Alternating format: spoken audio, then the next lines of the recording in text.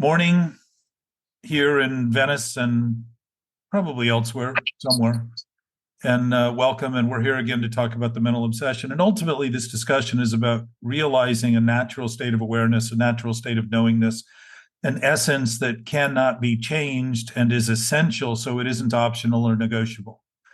And if through human history we've been relying on thinking as our source and been conflicted over the source as a result, then the potential hey, Bill, good to see you. Oh, hey, good morning. Bill's an old friend also in Hawaii. If the conflicted nature of our thinking about reality at the most fundamental level has been consistent through history, it would seem unusual and highly rare to think about it differently and to start thinking that maybe we've just been thinking incorrectly all along, and a lot of the destructive byproducts of humanity, which I would say we have some evidence of. I don't want to claim it's just profound, because if you don't think it is, you're not going to see that as a thought you're willing to entertain. But if we look at the byproducts of human history, there's been a lot of destruction and a lot of warring against our own species in the name of righteousness, in the name of what we think is right rather than what's actually right. Because I would say if we have this seamless absolute state of being as a natural knowing awareness, there is no conflict in that. And the only conflict becomes thinking our thinking is reality and our thinking is truth. And thinking then we need to defend it and fight for it. As a result of thinking it's all we are, we begin to think who we are is what we think.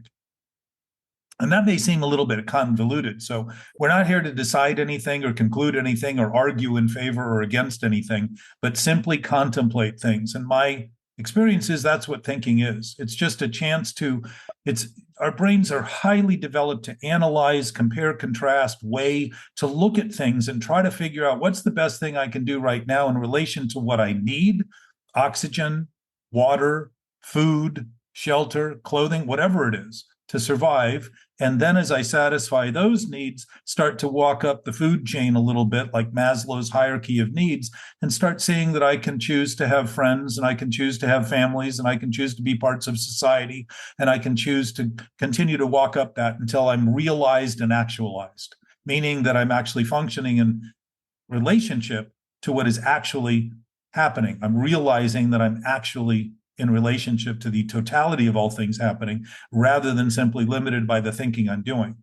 So it goes from need to want. And there's nothing wrong with want. There's nothing wrong with the desire.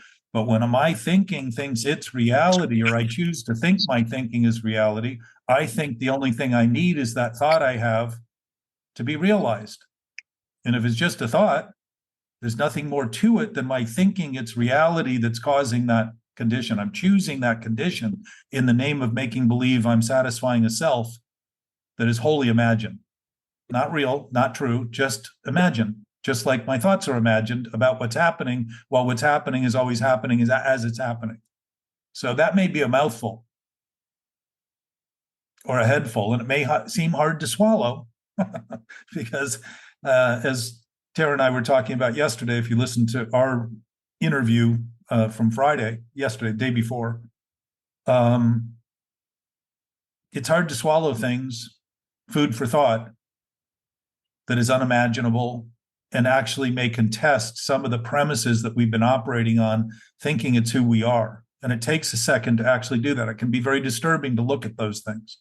But I assure you, it is no more disturbing than the disturbance that we make believe is a natural part of life that's causing the undermining of our own capacity to function at the level we're capable of, that we don't even think is happening, and wonder why disease has become seemingly normalized while healing seems to be a miracle, when in fact our bodies are designed to heal naturally as a function of nature, not as a function of what we think they should do, but as a function of what they do. And when we're thinking of thinking backward, we're actually opposing the nature of our health and undermining it with anxiety and stress. And almost every disease is associated in some way to anxiety and stress, because every disease is furthered by anxiety and stress, because the body is undermined in its ability to maintain the natural homeostasis that it's designed to perform and function on. So that's a little broad view.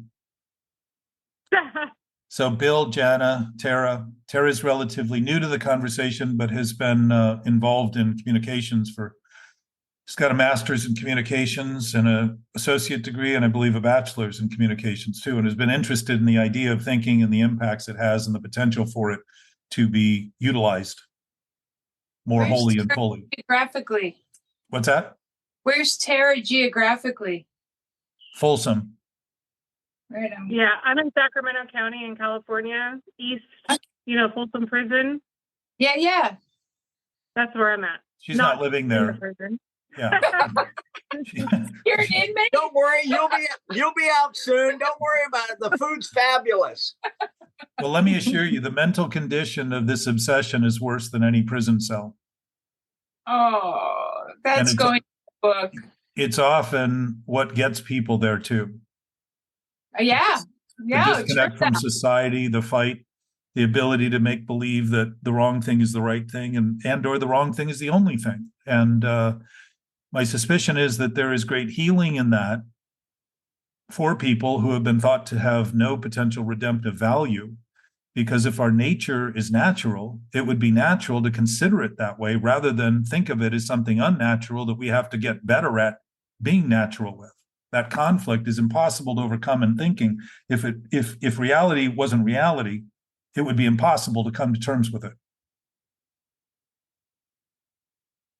Okay, so let's talk about a little bit what we talked about before Bill joined us and the rest of the world that you and Tara were discussing. So what I put in my notes, and tell me if I'm wrong, is that there is no cause and effect and there is no karma, just what is.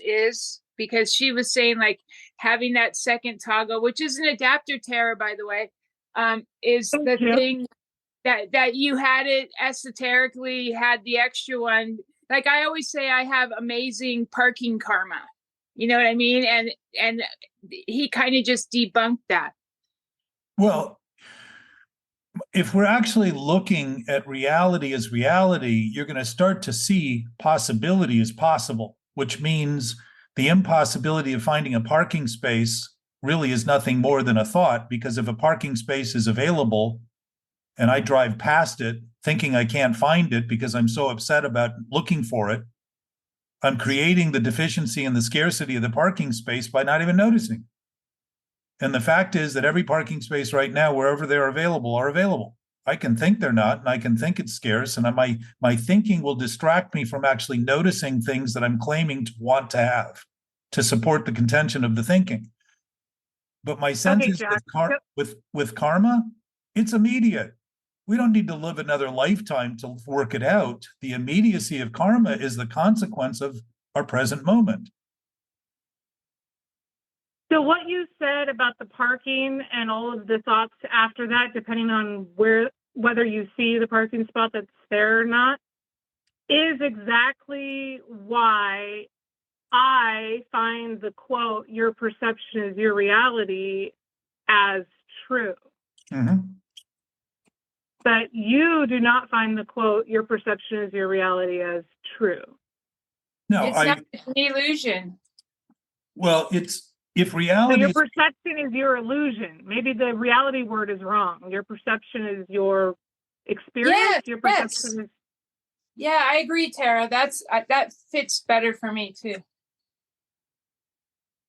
We manifest effects. We don't create reality. If we created reality, that would mean just before we created it, reality didn't exist. That would be a stretch. Okay. So do you agree your perception is your experience, or your perception creates your experience, or your perception finish the sentence to make me happy? Yes. Well, I'm not here to make you happy, but if there's any possibility of happiness, I imagine we could do that here. My sense is it really comes from the decisions we each make to be satisfied and fulfilled by doing things that are satisfactory and fulfilling.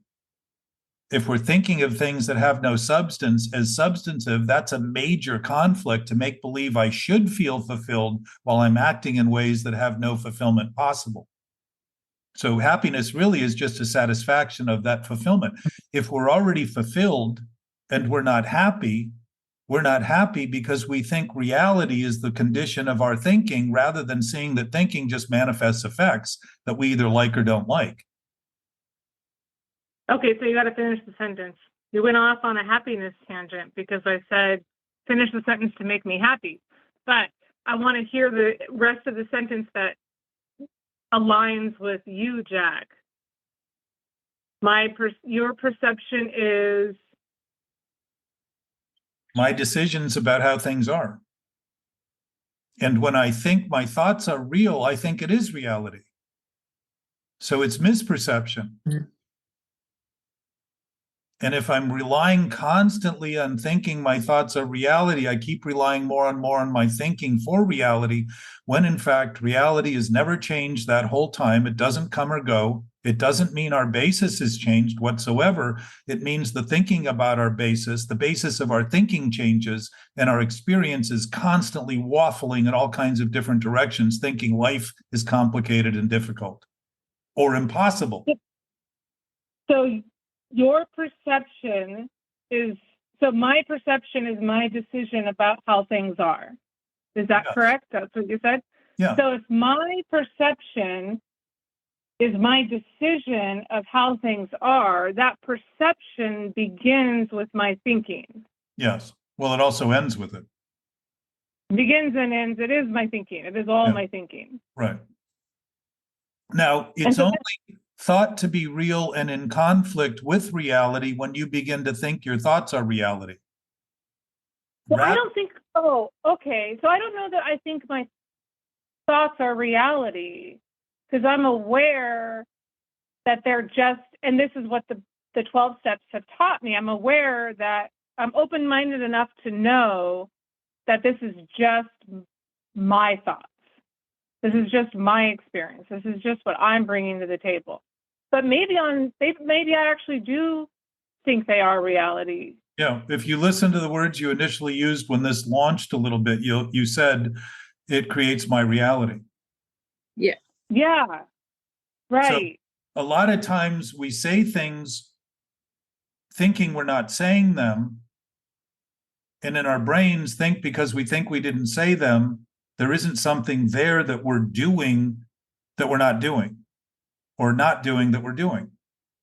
It's very slippery. You know, in conversation, it's very easy to say something and say, well, you just said, and then argue against, no, I didn't. And it's like 8 seconds ago, right? And I always say, look, we don't have a video. If I said it, I said it. It's not what I meant. I mean, I got better at saying that really wasn't what I meant, but it may have been a slip of the things I think that I don't think I'm thinking too. And I think that's where I become nervous when I speak, because I'm like, oh, Jack's going to catch something. He's going to catch some word I used that doesn't align with all of this. But whatever this is, which seems to be so simple for you, I'm not quite, I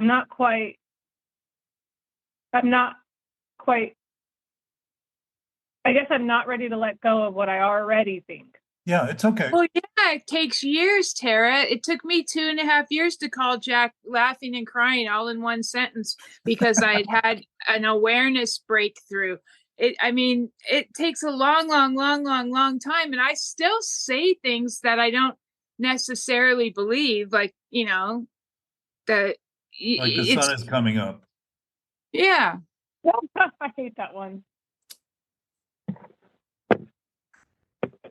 So Jana was talking about a moment when she realized that she was responsible. It just set for her that she was responsible. It wasn't a question anymore. There wasn't doubt in it. It was just a state of being that she was responsible, and sort of had one of those moments, which you can describe, Jana, because I thought it was pretty profound because you talked about it for quite some time and were somewhat overwhelmed by it emotionally and otherwise.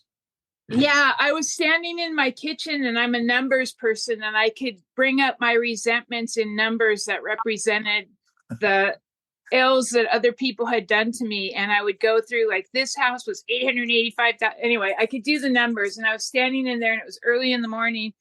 And somehow my awareness made me aware that there is absolutely nothing in my life that had ever happened to me that I didn't have my finger in the pot or was a part of. And then I went from that to immediately thinking, no, everything, because it's my reactions to other people's actions, and that I'm responsible, not 95% or 98%, but absolutely 100%, no loopholes, no excuses.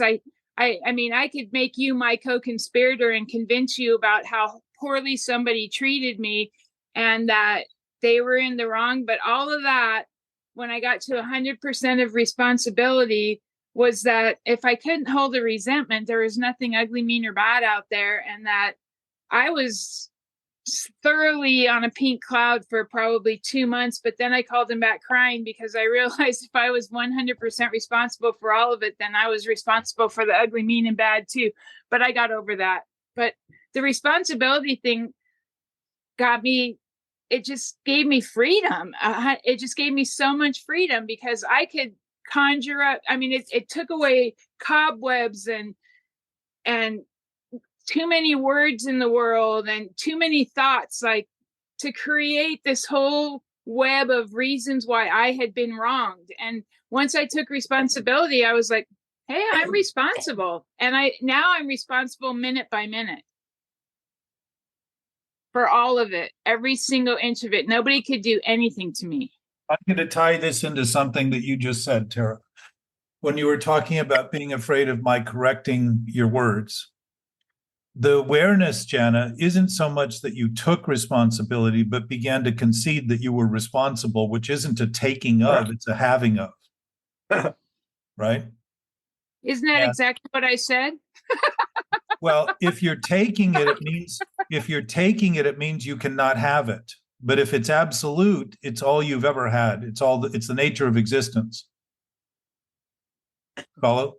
Yeah, I do follow, and that's what I felt. I got the awareness to feel that. But we still think of it as giving and taking because a lot of the loopiness of the history of our language tends to circulate on these ideas of I didn't have it when I didn't think I had it, and I didn't know it when I didn't think I know it, and all that stuff. Once again, claiming that reality can be subverted by thought and that an all-knowing presence can be undermined by thought, which it can't.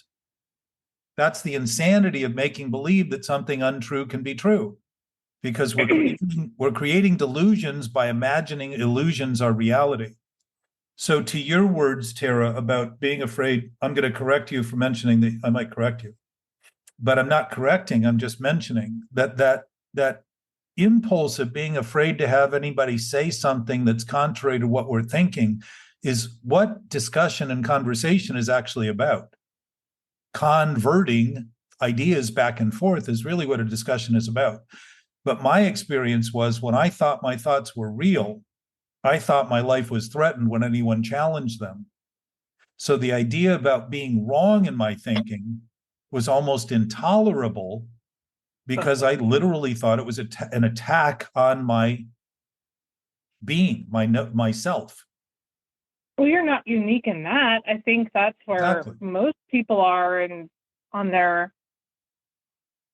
anything. And I often tell my husband when he's communicating to the children, who, by the way, are 9 and almost 12, he'll say something as if it's fact. And his name's Eric. Eric, like, make sure when you're sharing, you're clear that that's an opinion, right? That's an opinion. So we're all really walking around with opinions that we claim as fact because we're believing that our thoughts are reality. True. Yeah, exactly. So, but we're allowed to have opinions. Yeah, absolutely. Well, they're all opinions. Yeah, they're all opinions. They're all opinions because if fact is fact, it's already fact right now, regardless of my opinion. And if I think of the truth, if I say 2 + 2 is 4 and I agree with it, it's not because I finally came to terms with it that is true. It's because that has always been that way. If you take 2 and you add 2 to it, you have 4, right? It's not because I say it. It's just because I utilize it and apply it that all of a sudden it works. I'm living now in a functional universe. All of a sudden, the universe doesn't seem impossible. Life doesn't seem hard. It seems fully engaging because I'm utilizing it in a way that's useful, wholly useful, as the steps talk about. So if in the process of making believe my thoughts are true, I become very sensitive to what other people think. It's not because I'm afraid of what they think. It's because I'm afraid of what I'm thinking. The fear of my own awareness Just like you mentioned earlier, if you have a wrong thought, there's an uneasiness that comes with it. If I am sentient in my nature as a being, I would notice that uneasiness and say, oh, this is telling me I might be off course. I'm a sailor at sea. It's hard for me to tell because of cloud cover where the North Star is. And I haven't looked at the compass, and I get a sense that I'm going off course, and I'm going to check things out so I can adjust. It would not be. I think the unease comes with you creating what for me, the unease would be if I'm creating a story and trying to conjure something up because I want someone to be my co-conspirator in my stupid story that's completely not even close to reality. Well, that would be subsequent to the idea you have as being true. And that's where I was getting to. If I'm having a wrong thought and I'm uneasy about it, I mean, here's the neutrality of choice. Choice always allows not to be chosen. Addiction claims there's only one choice. I have no other choice. The conflict isn't in choice. The conflict is in my thinking about choice that is wrong. If I think I can only do one thing, why am I blaming choice when it would be an instinct at that point? And all I would be doing is that thing I claim I can't do anything other than. I would just be doing it. It wouldn't be an argument. It wouldn't be a fight. Wouldn't be discussed. It wouldn't be an opinion. It wouldn't even be entertaining it. I'd be acting on it if it was the only thing I could do. So the internal debate over this stuff is simply taking principles and thinking principles are unprincipled, and I'm going to come to terms with principles before principles are principles, rather than start to see I'm simply maligned in my thinking about principles that causes the uneasiness that leads to what you just described, Jana. The narrative that I have to have co-conspirators now voting in my favor to say, yes, I'm not insane, while I'm wholly insane imagining that their opinion has any basis in reality. But it's comforting and it's familiar. Well, but imagine familiarity of insanity getting so common that we actually abnormalize sanity, and destabilize sanity as a form of thinking that insanity is normal. I mean, there again, my experience is that when my thinking was so twisted as to think it was true, the effects I created all of a sudden I embraced them because they were my hope was that someday they would be true. So I just kept embracing them, and I kept repeating the same false thing over and over again. And one of the great descriptions of addiction and insanity is doing the same thing over and over again, expecting a different result. What was the result? Uneasiness. What's uneasiness? Disease. What's disease? It undermines, if I maintain it, it undermines my entire bodily potential to survive. They are suicidal thoughts, in essence. They're literally causing a degradation and a disintegration of my physical form that I had been given responsibility for. And I would be irresponsible to do those things, but in the insanity of thinking I'm right, the idea of being irresponsible is even impossible to even consider, because it would defy the whole thing, which is why I suspect that we're not afraid of dying, we're afraid of living. We're afraid of the fulfillment of that life because it dispels all the rumors we've been spreading about who we think we are, rather than essentially expressing the nature of who we've been the whole time, regardless of what we think. Period.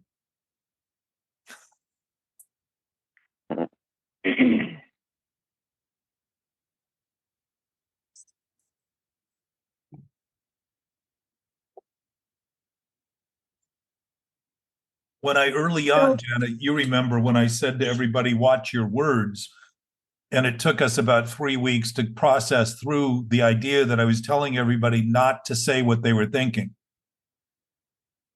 That it was seen as censorship rather than watch your words. If we have an observable knowing nature,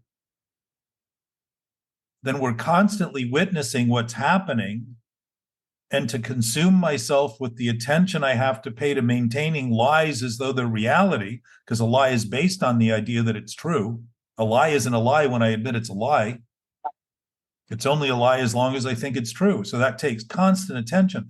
The fact that I consume my attention with it doesn't make that reality because it's all I'm thinking about. It makes me sickly thinking about something that isn't happening is all that's happening. And do we really think it's true when we're in the midst of it? Within the insanity, it seems to be yes. And that's why we think insanity only lasts as long as we think it's sane. But if I'm committed to my thinking and I'm so obsessively thinking about it, I'm now in a prayer and a mantra.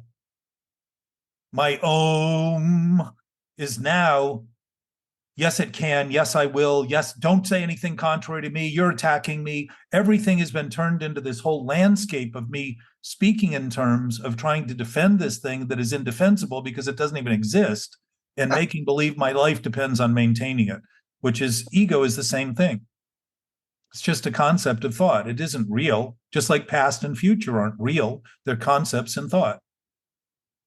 Everything that's ever happened is the sum total of everything happening right now. Every effect that's ever been effective is happening right now.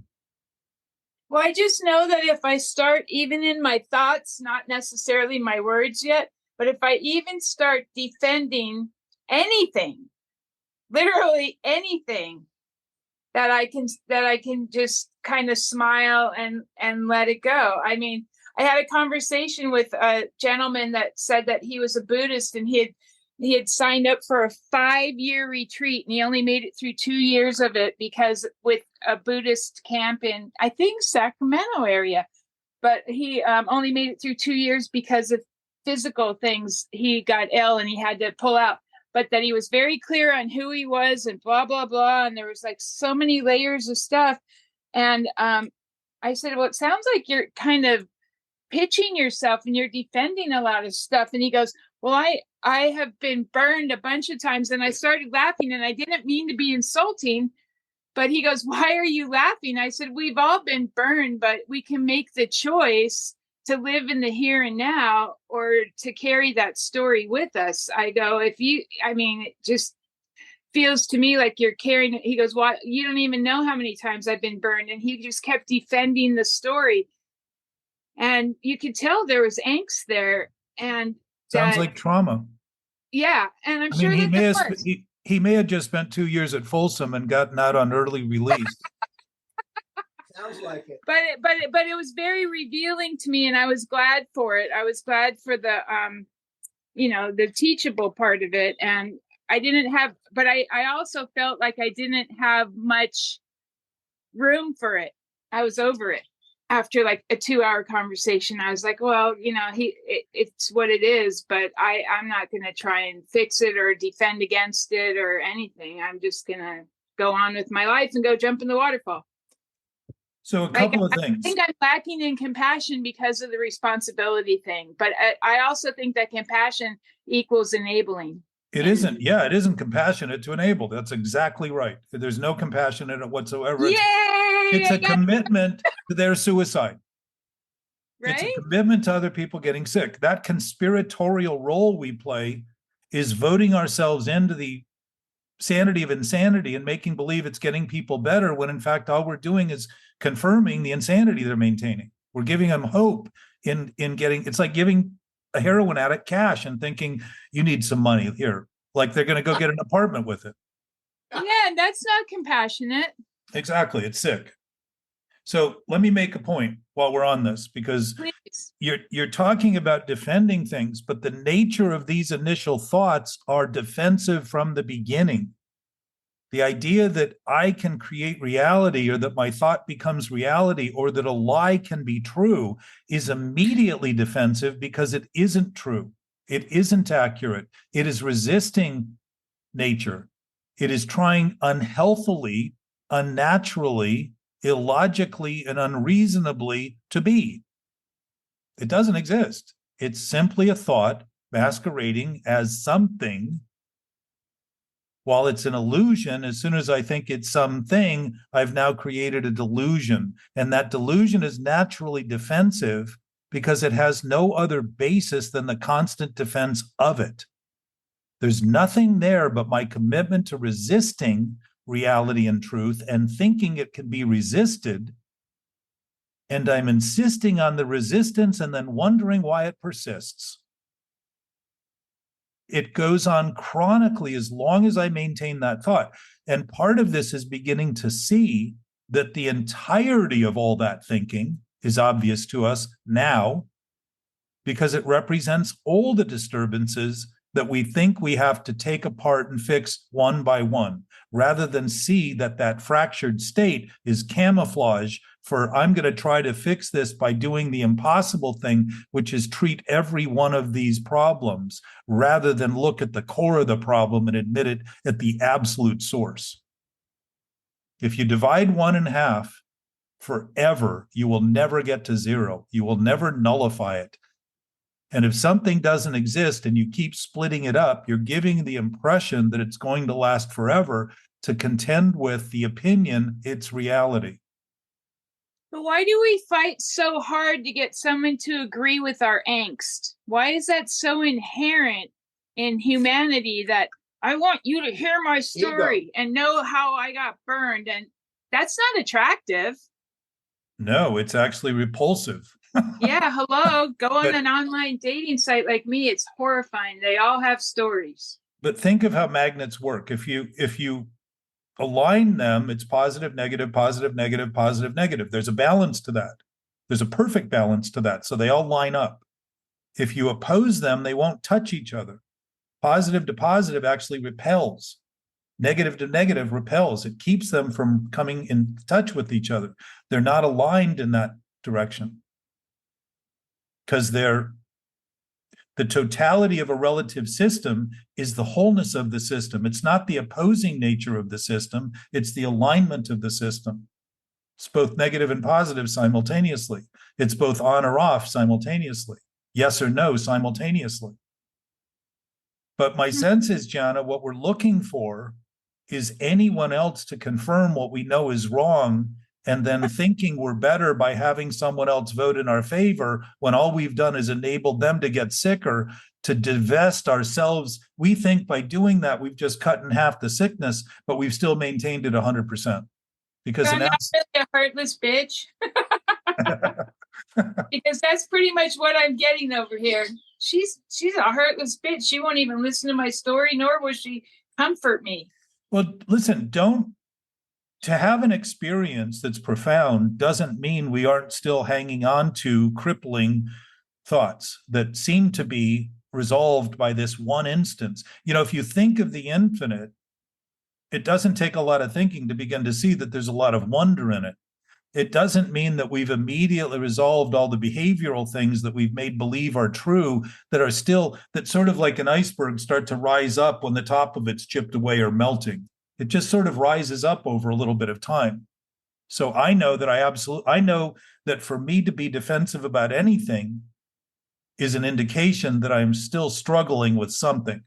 And I don't look for if I start to defend anything, I know there's something false. Well, it isn't the starting of defending it. It's noticing that the defense is already built into the ideas you're maintaining is true. Yes. Amen. It's already there. That's that seeming subconscious thing that keeps acting on us that we say we don't have anything to do with, and we can't understand why it keeps happening. Rather than say, well, of course it keeps happening. I've been denying I have anything to do with it. Why wouldn't it continue to happen? It's like the kitchen's on fire and I'm going to go to bed and hope it's better by morning. It just doesn't make any sense if we think of it in a narrative, but yet in our brains, we can come up with all kinds of concoctions of ways to try to justify it, neutralize it. And if we can pretend that suicidal ideation by thinking about things that are insane are reality, certainly we're pretty good at denying what's actually happening and making believe what's happening isn't even happening. And as a matter of fact, it shouldn't be happening if it is happening, because all that should be happening is what I'm thinking should be happening, because that supports the contention that my thoughts are real and my thoughts are true. And what am I doing? I'm enforcing delusion. It's crazy. To look at this honestly is to be disturbed, because you'll start witnessing the observatory capacity to notice what's wrong. This isn't about feeling better. It's about starting to notice that feeling better is getting better at feeling.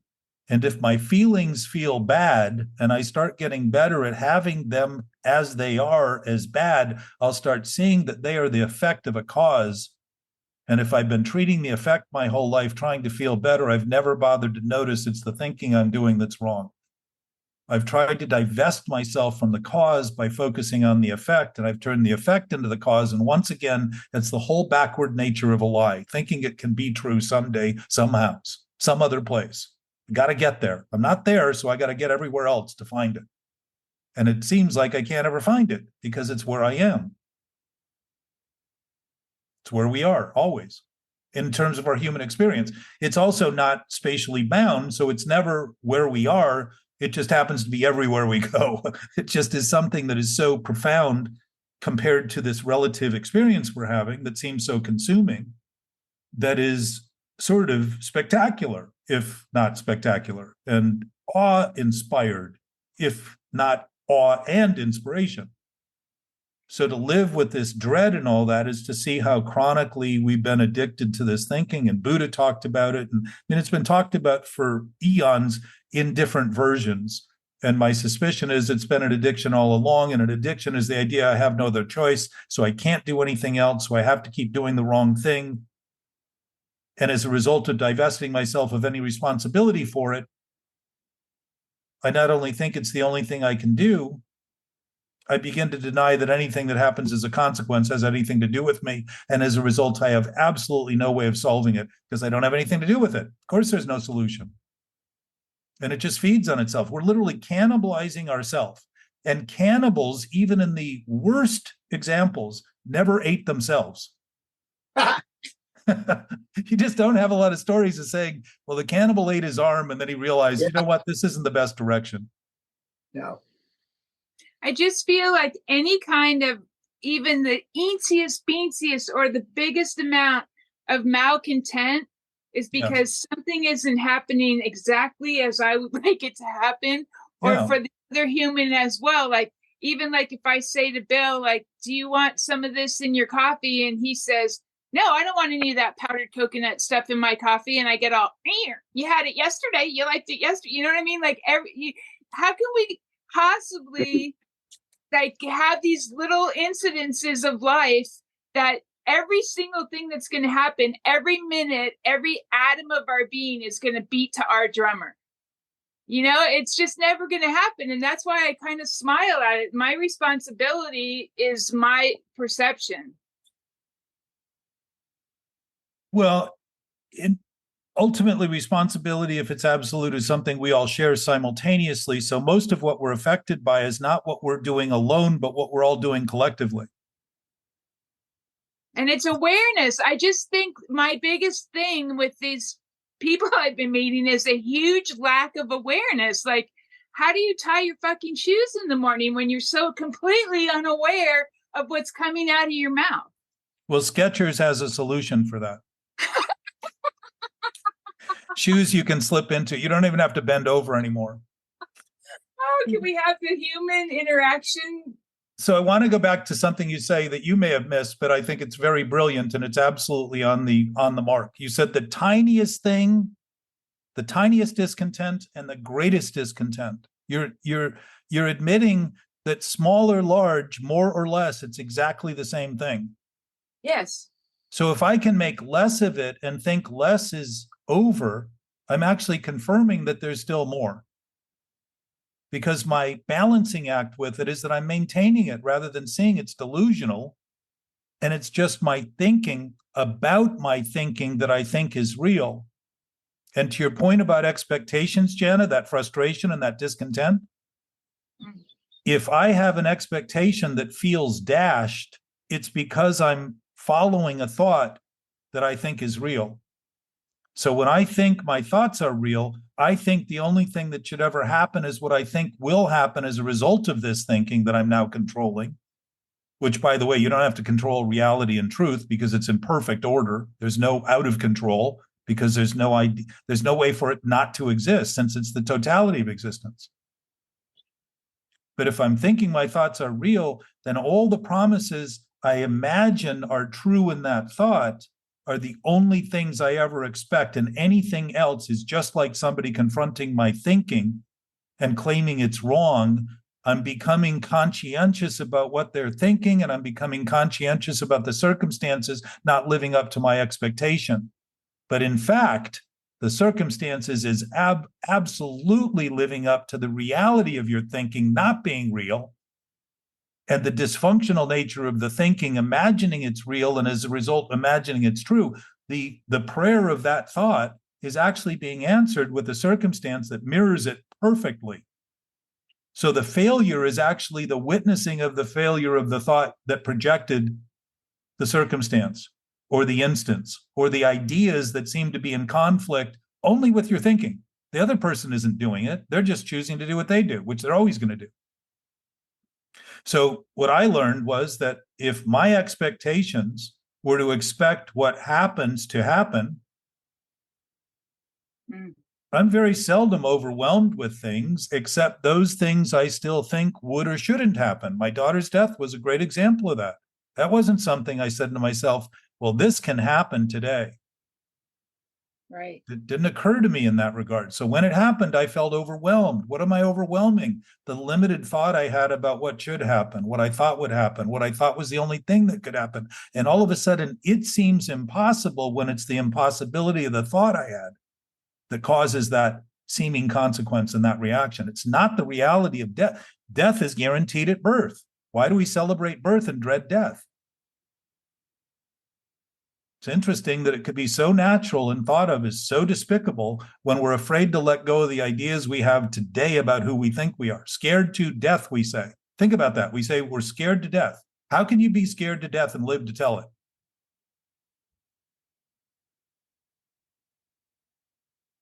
Hyperbole. Interesting too that we've encountered a lot is people listing what your thoughts should be, like on these several dating sites I'm on. So like they'll say no Trumpsters, and that's like, if you're not beaten to my drummer, and people can't believe that I'm apolitical, and I honestly don't care. I mean, there's so much. I don't have parameters of people's thought process. I think it's more when you get together, if you have something that feels familiar or makes you feel like you're home or something, I think that anything else I'm not going to have an opinion on. I mean, I don't even go back in history and look at that. Tribalism started out of the idea that people closer to us were more important than people further away from us. So what'd they do? Say that again? Say that again? You're asking, Tara? Yeah. Can you say okay. that again? I didn't hear your mouth. Tribalism is based on the idea that people closer to us are more important than people far away. So other tribes become threats to the sanctity of the tribe that we're part of. So we've organized society around this. National boundaries didn't exist on Earth until humans started drawing lines. You look at globes very often and they show these lines as though they're inherent to the globe. They're not. They're man-made, human-made. So we've been divisive because we've been thinking in divisible terms. Yes, rather than indivisible terms. So yes. Origin of the Species, Darwin's book, talked about survival of the fittest, which we're all familiar with. What's survival of the fittest? If I'm more fit, I'm justified in killing you. But he used that term 13 times or so, apparently, and then used the term, and he used that term as one of the factors in how species and organisms survive. But he used cooperation 70-something times, and we don't talk about that. Isn't that crazy? Well, literally, yes. Because we're focused on the things that support the contention, that divisiveness, that we're going to divide and conquer, when if you divide one in half, you never get to zero. You've always got some trace left. And not only that, you've got millions of little fractured things to have to deal with, and think that somehow, someday I'll get to dealing with them all, rather than seeing it's all coming out of the idea that things are divisible rather than absolutely indivisible right now. Our interactive capacity is constant. We are always in touch with everything happening all the time. This universe is metaphoric for these broader views. It is not some strange confluence of a conversation we're having. We're just aiming a conversation in a direction of something that's always been, always will be, and can't be anything other than it is right now. And to speak in those terms is to start to notice very often a lack of understanding of the words, but a sensation of the presence of those words, because your presence has always been present and peaceful and calm and silent, while you've been busy convoluting it with a preoccupation of thought that's been destabilized and unnatural and unhealthy and divisive. I certainly do it enough to admit that and talk about it and be more open about it and recognize that whenever those doubts come in me, it's thinking that I'm doing that I doubt. It's not the doubt that I have about something else. It's the creation of that doubt that I'm doing. And to start noticing that, I don't have to understand what the thought is to begin to notice that whatever the thought is connected to all other thoughts that are that same vein, being thought of as real rather than actually being real. And I can begin to concede it, to live with it, to consider it, to embrace it. And as a result, start learning more from it about the defective nature and the dysfunctional nature of being and thinking unnaturally. Do we come here? So I'm thinking of the newborn baby that is just born and their thoughts about words. Do they inherently have this wrong thinking? Well, or is it learned? You know, it's funny that babies, we think of breath as so critical, yet babies during their entire gestation period don't breathe. They're fed oxygen naturally, they're fed food naturally, they're given warmth naturally, they're given housing naturally. All those things are very natural. And then they get crammed through this relatively tight channel, which has got to be pretty traumatic for a body that's been at perfect ease and almost suspended in, fluids that the gravity has almost had no impact, and then spank it to get it to breathe and wonder why we feel life is traumatic. But babies know to cry when they need something. That's pretty interesting that they haven't developed language, but know exactly what to do when something's wrong. And I would say a lot of what you're asking, Tara, and I don't know everyone's experience to know that many experiences seem to be parents insisting on kids following their direction, while the direction the parents are taking from their own experience is sick, and wondering why their kids start to misbehave and react and don't really express a sense of knowing that would be much greater than any adult would have once the adult's been dumbed down by years of conformity to ideas that aren't true. So we're not always receiving these children in the same vein that they are in. And I would suspect, as you know, with most kids, 2-year-olds are pretty brilliant in some of the things that they end up saying. I mean, my granddaughter said to me, after her mother had died, she's got no parents. And I said, sweetheart, you've got 6 committed adults to you right now. And most of them are women. And I said, and we're all operating in your favor. And she said, I just wish right now you guys would be operating in your own favor and leave me alone. And you know what she was feeling? Just overcrowded. She was trying to deal with something that was unfathomable and getting all this input about how secure she should be as a result of what we're doing. But she was trying to just come to terms with something she couldn't even fathom. Right. When she was first told that her mother died, she said, do you mind changing the channel on the radio? How old is she, Jack? 13. Oh, no. She loves music. But she also said later that first night to my brother-in-law's newer wife, she said, I know that something's happened because now that I'm seeing everybody showing up, myself, Katie, my sister was on an airplane coming home. Everybody was convening at the house that she was in, my brother-in-law's. And she said, I know that something has happened and I'm just not ready to believe it. And I said, that's brilliant insight. Yes. Very, very clear.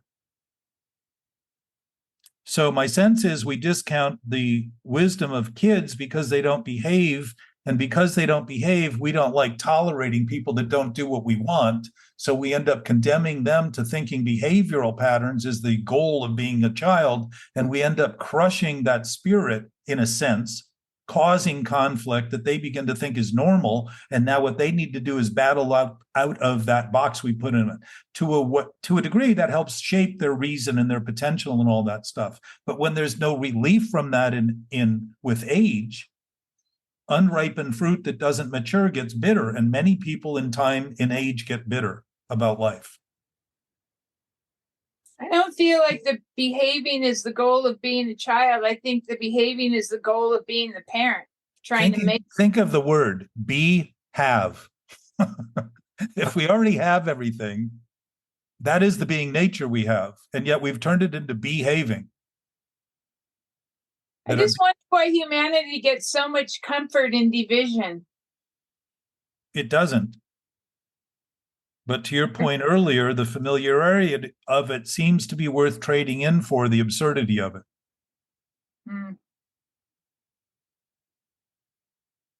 I mean, in insanity, in the way that many lives, including mine, have been lived, if you're constantly obsessed with your thinking, you're going to be doing things that are very dysfunctional.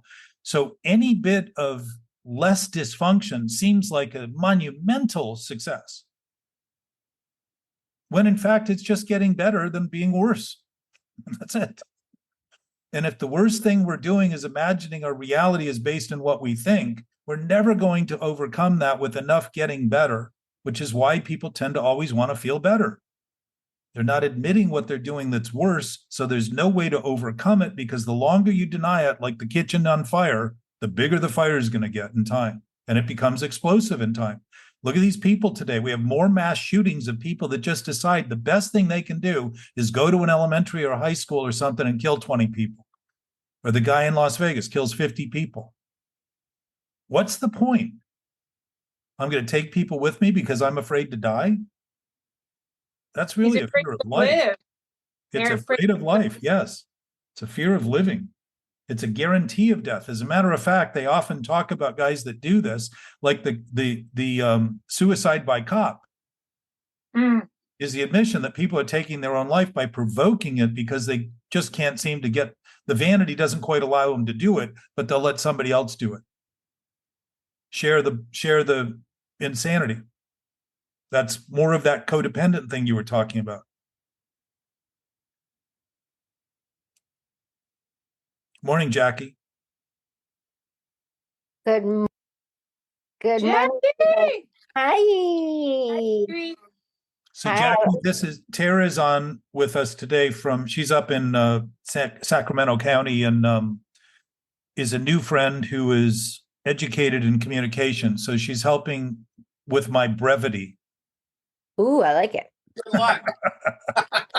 She's trying to put a period in a sentence that's no longer than 2 minutes. Oh, I don't know about 2 minutes. May the force be with you, Tara. It's quite an undertaking, let me tell you. Well, I really appreciate it because it's helping me to synthesize and pare down and just have some perspective in it all. She's been a very good challenge for me that I like the growth of it, you know. Yeah, for sure. I think it's it'll help. I don't want dumbing down is the wrong word, but yeah, that's the right word. But yeah, to reach more people, I think it's a great idea. Well, my sense is the insanity is the dumbing down of our capacity. And in fact, if you simplify things to people who are insane, it becomes a little more obvious than if they're fully developed. Because then it's easy to say, oh, this is too much and I can't handle it and I don't understand it. And as a result, I'm just going to shut down any potential for it. And you create the reactiveness that they're already full of. So, and certainly, again, I don't say that about others without conceding in my own experience, I do that. And the possibility to be wrong is constant, which is why in recovery, we recover from the symptom, but the disease is not cured because the potential to come up with an idea that we think that is wrong and be thought of as right is constant. We're always free to do that. And it's interesting that freedom would allow us to condemn ourselves and we don't notice how sick that concept is. because it's what we're doing with freedom, not what freedom is doing to us. Because we blame God. Why does God allow this to happen? Well, actually, God doesn't allow it. God allows us to do what we want with the absolute freedom to do anything we want, which is including insane things, inclusive of insane things. God is a pervert. Well, especially when we're perverting the concept. Yeah. Yeah. So Jackie's a comedian, by the way, Tara. That was my guess with the picture there. Oh, yeah. Sure. That helps. Yeah, But I wasn't sure. Yeah. This stuff helps me so much with comedy. And just like Chris Rock says that ignorance is bliss, and comedians see everything. So it's the opposite of bliss. So that's why a lot of comedians are alcoholics and kill themselves. Yeah. And so this stuff really helps me. Well, and I think the underlying point of what I'm hearing you say is that when things are seen accurately, they're funny, and when they're seen inaccurately, they're taken so seriously as to think we want to die. Right. Mm-hmm. And the accuracy of comedy is the release of that tension in laughter, just like the release of tension in tears.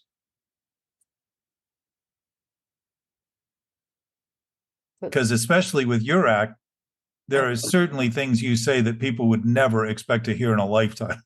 Oh my God. The other day, I've been saying, how I say, I say, I joke a lot about my mom dying, that I want her to die. And I said, she called me up and she was like, Jacqueline, I have a bunion. And I'm like, that's it. You're going to hospice. And then I sang, no, sleep till hospice. But the other day, like, I just made myself laugh on stage. Like, probably nowhere in the world has anybody else said, no, sleep till hospice. Like, No, like, what? No sleep till hospice. Like, nobody would say that. Like, it's so ridiculous. Like, you have to stay awake until I get you there. Yeah. Well, it's a take on the song "No Sleep Till Brooklyn," the Beastie Boys song. So I bet I'm the only one that switched out hospice. Oh, you are, for sure. Well, and the other thing too is that at some point we've probably all wished our parents dead because of the authoritarian rule they had in our opinions. Or lack thereof. And even if we didn't think of it in terms of dying dead, we thought of it in terms of no longer having any impact on us because the impact is always so great.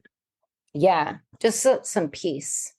Yeah, as though they've been responsible for the discord. And I can't deny that certainly, it wasn't until my daughter died that I really realized how sorry I was for everything that had ever happened, rather than just the things I felt like I was directly responsible for. The things that I could remember that I did. And it sort of occurred to me, wow, I was actually part of it all. And I just hadn't considered it because the opportunity hadn't been as clear as that. And even in talking about this, I didn't bother to consider it in that regard. Jackie also starts her thing, Tara, with, I was almost late today. I got Uber mixed up with Tinder. Which I love as a start. I almost was late. But yeah, I'm doing really well with my mom, there's only do. And just forgiving her and letting her be. My God. Yeah. Well, and in that vein, she always has been, whatever she's been. And she also shares that absolute source.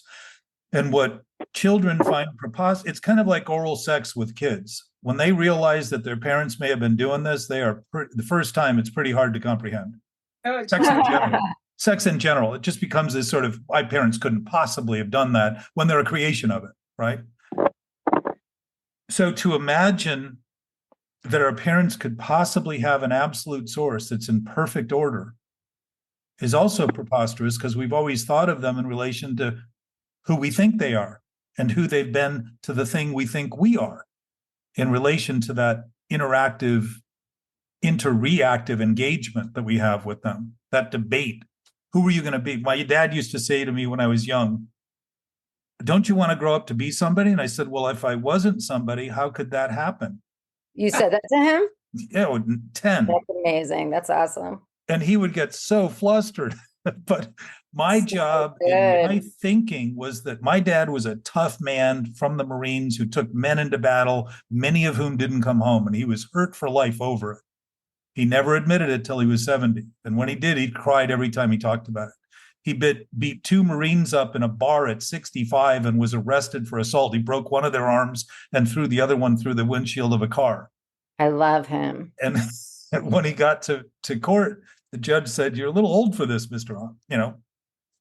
And he said, Your Honor, I can't believe we live in a day and age where somebody can call you an asshole and you can't do anything about it. I love him. In his life. Him. But my mission as a kid was just to undermine him. And it wasn't until I was 14 and I wrecked my mother's car and he sat next to me and held me and cried. Aww.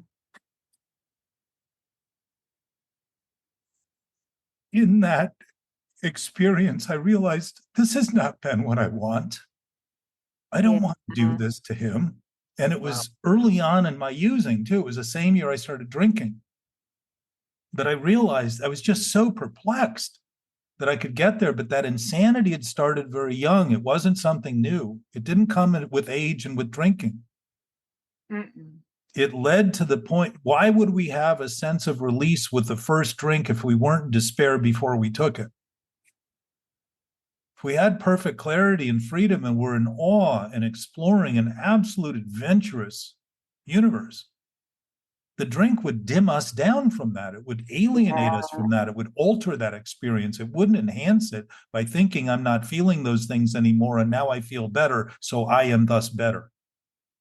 That's why the steps work, because they help us live in a world where you don't want to dumb yourself down to it. Well, my sense is, we talked about this a little bit earlier, that point about neutrality on page 84 and 85, it says it feels like we're taken to a place of neutrality, safe and protected. We don't fight to get there. We're not swearing it off. We're doing nothing. It's happening for us, meaning that we're starting to reckon with the fact that we have this absolute nature that has given us the freedom of choice to think anything we want. And so any byproduct of that thinking that we're thinking is a responsibility of our thinking, not something that's negotiable. It's something we're doing, choosing, including what you think of your mom. Nobody ever told me what to think that I didn't think I should think once they told me. So to blame them would miss that point that I'm doing in terms of my interpretation of assimilating that thought and doing something with it. Like my dad saying, you have to grow up to be somebody. I'm like, well, if I wasn't somebody, how'd that happen? But he had ideas about what that meant. He had gone to college. He was the first one in the history of his family to ever go to college. And he did it on his own, basically. He didn't have any real support. But he also then at the time joined the Marines, and they then put him through school. And he took a friend of his who was also in Detroit. I mean, my grandfather used to get up at 4 a.m. in Detroit to take a bus or a train to work, and Detroit's cold. And he struggled. He didn't make a lot of money. They struggled. Where did he go to work? My grandfather could make things. He was sort of a self-taught engineer, because speaking of this, Tara, he knew how to make things and fix things. He just had a knack for it. So he eventually got hired by Burroughs Adding Machine, who at the time, if you've ever seen the original adding machines, they're probably 1,000 pieces to allow somebody to compute things. Addition, subtraction, multiplication, all those original adding machines were incredibly complex, but he was hired by Burroughs Adding Machine as an engineer who was completely self-taught. And Burroughs, to take talent away from the auto industry, because Detroit was filled with GM and Dodge and Ford and all the other major, Rambler at the time, and all the other major auto industry. And they have a great school in Detroit called Cranbrook Arts Academy, or Arts something or another. great art school, but all of the people are being siphoned off into the auto industry. So Burroughs Farm built a golf course and built homes on the golf course for the employees to lure them so they could raise their kids. And my dad ended up golfing and becoming a professional golfer as a result of that. He sounds like Forrest Gump, but like badass. So, when we met with the people that my daughter worked with, and they were the first people in her whole life that I ever heard her talk highly about. Almost all women. She said, these women are so on the ball. They are so willing to admit something wrong and fix it. They grow. She said, I've never been in any, she got better as a result of them. But the woman said, do you know what she calls you? And I said, well, I know some of the things she's called. But she said, she calls you dad ass. That's really funny. And I started laughing, and she kind of looked surprised because she thought I might be offended. And I thought, no, Joey just had a knack for. When my life turned around and I actually started to pay my bills, she called me the Baron. I love her. Oh, she had an incredible wit. A lot of it was very cutting because she would not avoid she was a no bullshit person and would not avoid the attempt or the potential of confronting something she saw as wrong.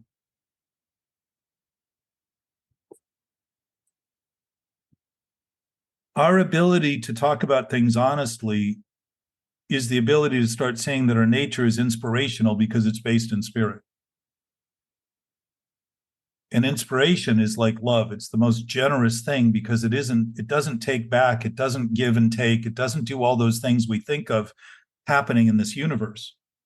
And my experience in the universe is I only think things are a problem when I think the position I've taken is the only position to take, and not realizing that I'm confirming the right of everyone else to take a position too.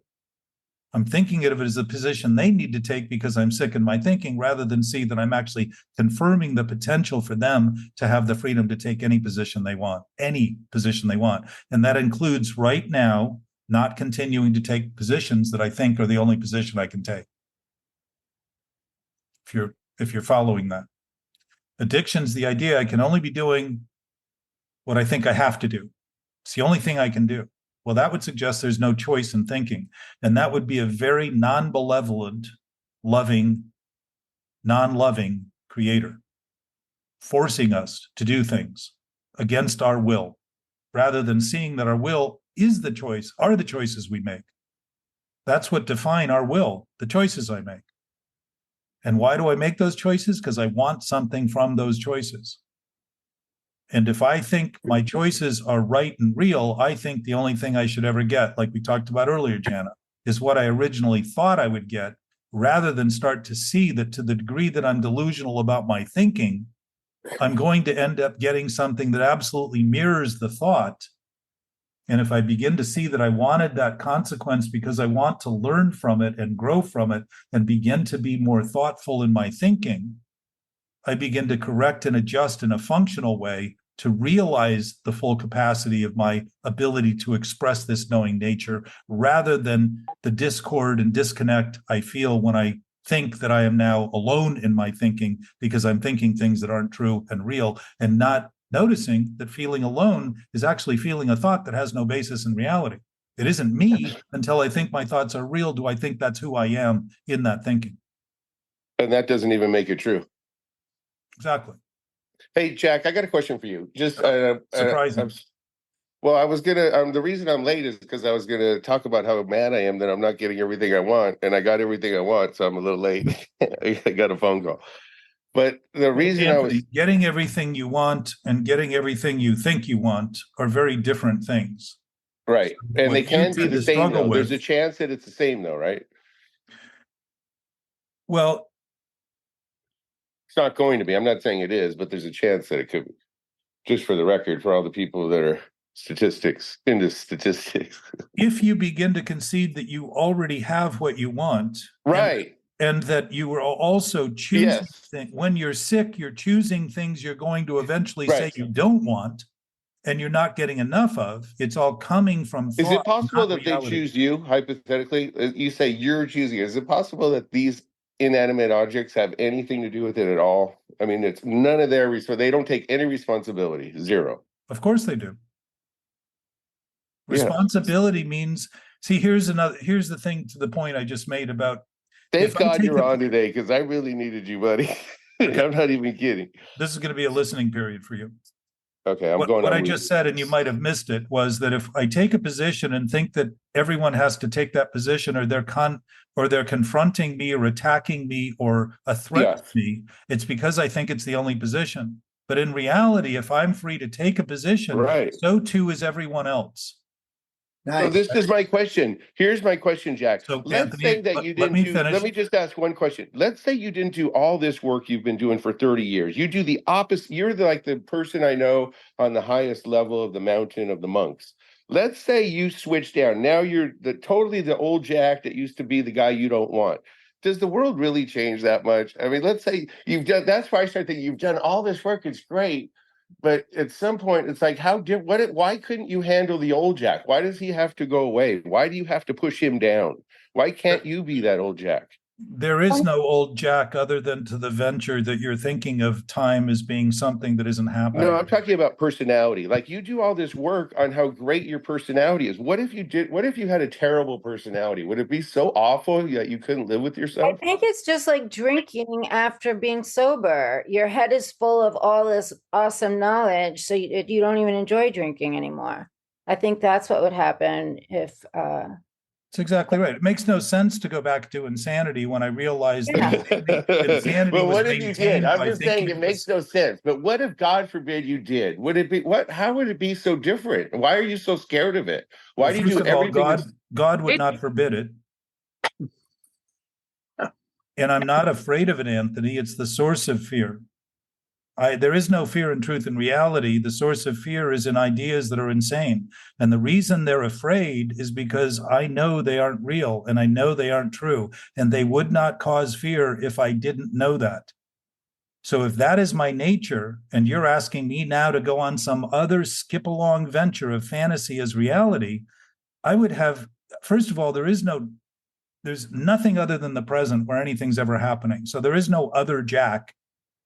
There's just a name that I use to represent a body that I have the same essence, which I was getting to in your original question. If my position confirms all other positions, can be taken freely, responsibility is the nature of existence. So every one of those inanimate objects is absolutely responsible for what it's doing. And if you notice out there, none of them are arguing, none of them are depressed, none of them feel low self-esteem. Right. Or low self-worth. They are all functioning right now to allow us to even consider this. And that's to start seeing that responsibility isn't something you and I take. Jana and I went over this earlier. We all did, actually, before you got on. But if it isn't something I take and it's something I have, it's because that's the nature of my existence. So being is having. And thinking, behaving amounts to that. When I see that as accurate, my behavior starts to become moral and virtuous. It's having and not having at the same time. That's the amazing part of it. Well, within because you're starting to see incredible. Within the relative, when you begin to see if I can have something, I can also not have it. Now you're talking about the neutrality of freedom from the idea of addiction. The idea that I have to have it. Think of that. We use two words. Same word in two different meanings in one sentence. I have to have it. That means I must have. And why am I saying I have to have it? Because I'm trying to skip over the fact that I'm choosing to think I have to have it. I'm presuming it's something I have inherently. To avoid the responsibility for the choice and say, I'm just choosing this. No wonder I have that consequence. Of course I have that consequence. I feel discord, disharmony, discontent. Think of discontent as a word. No content. I love when we first met and you told me about this guy that you were kind of helping or working with, and you said, what's going on? And at the end, he's like, apparently everything. Good thing the essence of what we are is incorruptible innocence. Apparently everything. Well, then, Jana, in the essence, there isn't even any innocence because there's no guilt. And this, to your point, Anthony, is start seeing that all those relative things, when we start seeing relative things as absolutely inherently adding up to the totality of the absolute. Think about I it. love that. The totality If, of the if absolute. everything is always changing and we're thinking about everything now, the one thing that becomes obvious is that the thing that isn't changing is that everything is changing. That's what they were talking about, TNA, totality of the absolute, all this time. Everyone's like, you're talking about Wait a TNA? minute. That's TNA? Yeah, That's totality of spiritual. the That's interesting for guys to consider. TNA. It's all about TNA. Very odd. But yeah, you're right. If to see everything allows everything to be as it is, the idea of differentiation begins to be seen as something that comes from thinking of things separately. And to your very often search, Anthony, for perfection, if you begin to see that things are as they are absolutely perfect in the way they are because they're not being compared to anything else. Yeah, and I also love the thing though where the imperfect are the one you want. If you're collecting vases, you want the one imperfect vase. That's the one that's worth the money, not the one that looks like everyone else. The one they made a mistake on is the valuable one. Again, it's only imperfect when it's compared to other vases considered perfect, but in fact they're all perfect with or without their defects when they're compared to themselves. You follow that? Which they never compare themselves to anything. So they're always okay. Exactly. So think of their being nature, being as they are, is perfect. The inanimate objects in the universe are perfect. Wait, that would have to be that I'm imperfect. That won't work. Well, the perfection of the thoughts you have, I guarantee you are imperfect because they're not who you are. Then that's perfect. Exactly. So there's freedom in that. You So see how we can laughable finish it now. becomes? Yeah. It's kind of like putting WD-40 on the words in a sentence, and none of them sting quite as much because they can be changed and changed, flipped around, and all that. It's very, very Here's what I want to know. Let's say that Jack, the old Jack, was here. The one that the mom didn't want to see grow up. What would he? The old Jack is here. What would he talk? No, the show would be a lot different. As the new Jack. As the high Jack. Free awareness, Anthony. What? Free aware. There's no old. She's channeling old Jack. I knew Janet is good, right? That's what he would talk about. Why do we have to be scared of what he would talk about? It's like, do not ever. Oh, and by the way, do not ever bring up with the other Jack, the one that's always up to something. Do not ever bring up his topics. But you think of it, Anthony, even in that concept of having some existence that's something other than a present thought. That's the beauty of mankind. Yeah, that's why we're successful. That's why we're on the moon. Don't bundle yourself in with mankind. Right? Did you like that? Janet is like, she knows my tricks. I can't get anything past her. You're trying to make a committee of you and the rest of us, and no one's jumping on your bandwagon at this point. Listen, if we're even discussing that, obviously it's a possibility. Nobody jumps on my bandwagon more than myself. Exactly. That's the end. Hey, how did you do the cloaking device? I can't even see you. You're I think. Oh, there you are. I love you. So if the essence is essence, it's essential. It's our nature. We can think of it otherwise, but by doing so, we think of it as it is not. So we aren't thinking of it as. And it doesn't really matter, though. And the funny part is that it doesn't even matter. It's like, yes, so you thought of the wrong thing. Big deal. It doesn't matter. Why do you keep insisting on talking about it? Think about it, Anthony. To remind myself. Exactly, because you doubt it. Well, sometimes I think it does matter. I'm like, that fucking matters to me. I got to remember nothing really matters. Well, everything matters and nothing matters. How could that be possible? But think of the term nothing matters. This is very interesting. Yeah. It suggests that nothing at all matters. And it also says nothing matters. Right. And in physics, they're beginning to realize that the space that we always thought was nothing is actually filled with more matter than the rest of all the matter we think is matter.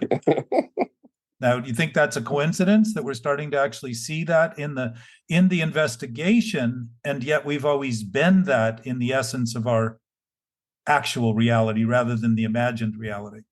This is great. You're doing a great job, Jack. This isn't a job, it's a pleasure. It's been a great pleasure. Thank you. So, Anthony, you've come a long way from being completely manic to being sporadically manic. And I realize I'm back at the same spot. God damn it. It's Well- like having GPS. It's like trying to put GPS and then programming in exactly where you're at and then trying to find it. Well, the hardest place to find is the one you're in when you don't think you're there. Yeah. Because the That's- commitment to not being there suggests that we're not where we are, and that would be insane. So we're going to have to look everywhere else, every other possibility before we finally deduce from that effort, which would be extraordinarily great in terms of an effort, to finally deduce. I've always been. Hey, that's a pretty right. cool word. I've never really thought. That's got to be a French word, right? Deduce. What is that? Deduce. Of the deucing. Deduce.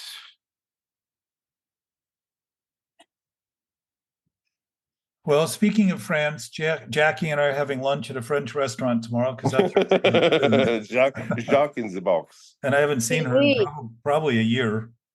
Oui. Why doesn't she go on the walks? Doesn't she live close to you? Because I run in the morning. She runs. She starts out and then we never see her again. She runs like hell in the morning. I run with people at rehabs, and this one guy. Oh yeah, that's so good. This one guy that was so good talking to like newcomers and everything. Yeah. He ended up going back to jail. And today I saw him at a different rehab, and he was like, "Do you remember me?" I'm like, "Yes." And it was just magical because it had stopped raining just enough for us to run. Anyway, Wow. he stole an ambulance. Like, I'm running and talking all day with a guy who just like got out of jail for stealing an ambulance. Allegedly stole the ambulance. Funny. My life Allegedly. is so funny. Allegedly, Jack. No, he definitely stole it. That's actually really funny. He thought it was an emergency. Yeah.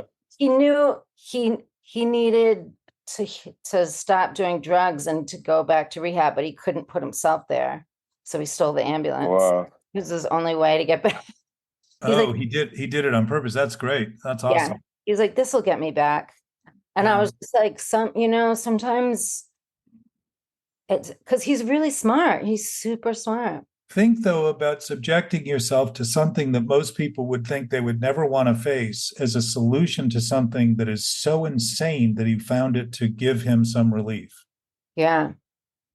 And the fact is, the systems are beginning to actually accommodate addiction and start to see that it has been so central to people that we have condemned for crimes, when many of those crimes have been as a result of being induced in some form of chemical altered state. Yeah, absolutely. Starting to notice that, and whole cultures have been built on that fight, because poverty by its nature is a very violent environment, because having something becomes so difficult, and surviving at the most fundamental needs or levels is actually a death-defying act to survive, because there's so little. So anyway, it's the scarcity isn't in the lack of abundance of our earth, it's in the lack of abundance of our thinking. Yeah. And if we're thinking non-substantively, there's no substance to it whatsoever to offer as food for thought. And as a result, very difficult to swallow and digest in terms of our nutritive level. It's sort of like processed food. My sense is that obesity isn't necessarily overeating. It's eating food that has no nutritional value. So the body says, "Thanks for feeding me. Now give me something with nutrition." And you get processed food, and it just never, ever satisfies the body's need, because it's really looking for minerals and vitamins and all kinds of things that it can process into energy and healing and all that stuff. So our whole attempt to simplify and make food more readily available is actually starve people in the process. It's the difference between watching the Kardashians or a good TED Talk. Food for your brain. Yeah, I'm not sure that two people would probably ever do both. Yeah. My friend doesn't have a TV. Can you? I thought about that. And I'm like, wow, not having a TV would really be life-changing. So we've had a good talk today, and I appreciate it very much. And part of something for anyone listening is not so much agreeing with what we're doing or talking about or having faith in it or trust in it or belief in it or faith in it, but starting to notice that if we've had faith in thoughts that are not real as reality, there's not enough faith you can possibly have to make that happen. And so we've developed a culture that thinks we have to have a lot of faith in God before God is faithful, when in fact that would not be the case if God in fact exists. It would take very little faith to begin to confirm that simply by beginning to rely on something that certainly isn't limited by the thoughts we have, but would be the unlimited abundance of the nature we are. And that doesn't take a lot of faith. And it certainly doesn't take any more faith than 2 + 2 is 4. Once you learn how to do that, nobody has to go back through the nuts and bolts of arithmetic to be able to redo that every time. Like riding a bike. When you learn, you learn. You get back on it 20 years later, you might be a little rusty, but it's going to come back quickly because you know you can do it. You have experience at it. So the application of the thoughts is not so much agreeing with them or having faith in them or trust or believing in them, but simply acknowledging that if there is anything being discussed here that has any basis in reality, simply considering it will begin to employ it naturally, because you don't have to think about it to be. You can begin to act in ways that simply don't completely conflict with it, so that your experience becomes aware of the natural flow of this alignment rather than that unnatural maligned flow that's so obvious to all of us or many of us. I'm imagining there are some people out there that are not affected by it. The only ones I've ever known have generally been under anesthesia or in a coma. So my sense is we're sentient beings and we are sensitive to what's going on. And I would suggest that we are heartbroken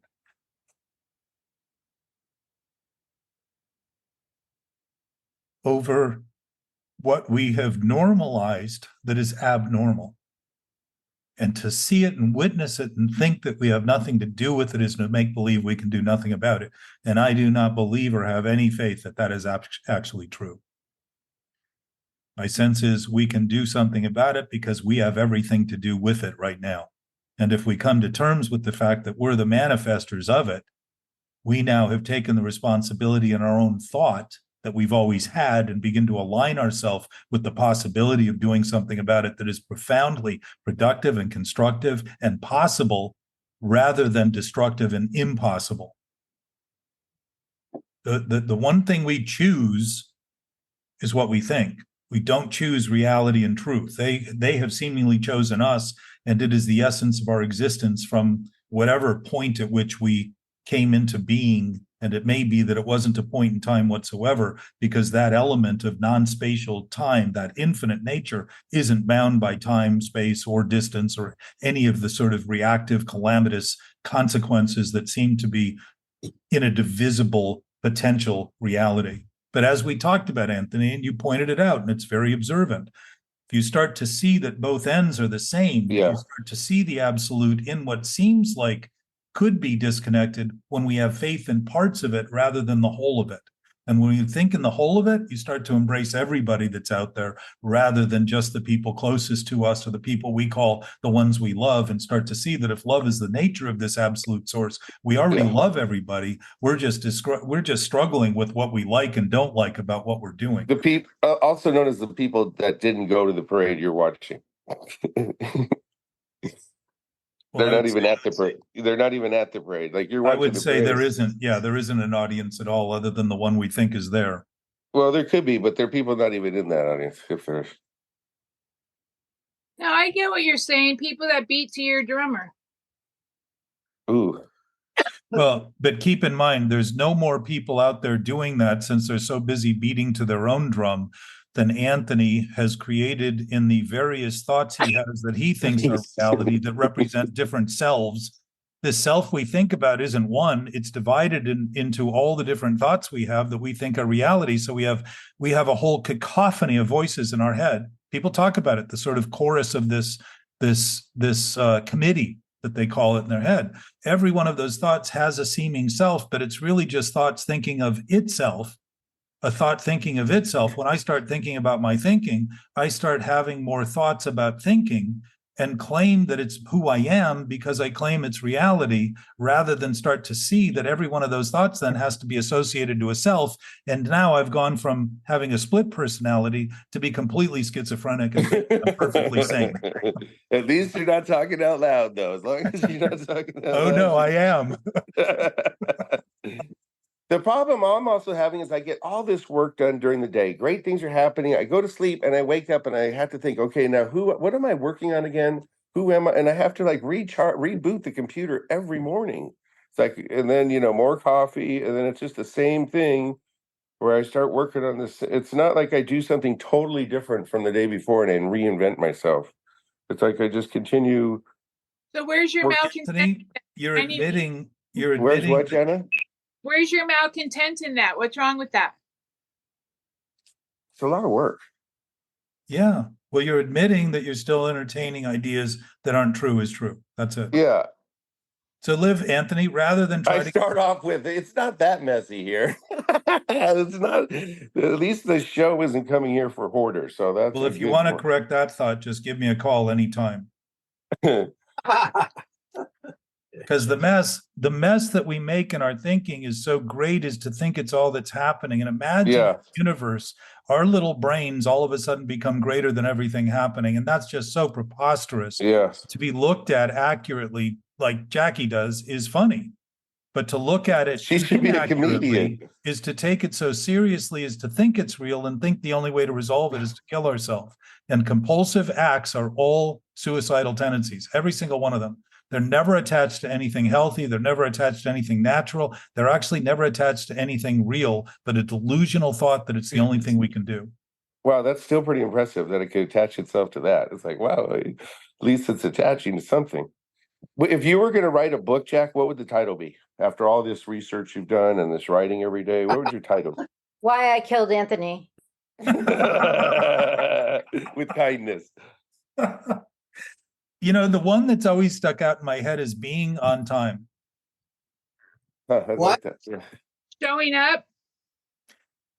Well, it takes on the sort of functional aspect, but it also refers to a being addressing the function of time from a being standpoint rather than a time standpoint. And being my in the sense moment. is that we're all beings within a conscious framework of time and space. It's a conscious thing that we're dealing with. It's not a reality. It's just a projection, a possibility of reality. And there is some contention even within the physicists that, like Einstein said, that anything we look at is affected by looking at it. Yeah, like Schrodinger's cat. It shows that we're interactive with everything and we're impressing on everything. But if we're looking at that thing wrongly, as though it's something that shouldn't be what it is or doing what it's doing, we're actually creating a depressing impression rather than alignment with the totality of it, supporting the potential for us to even see.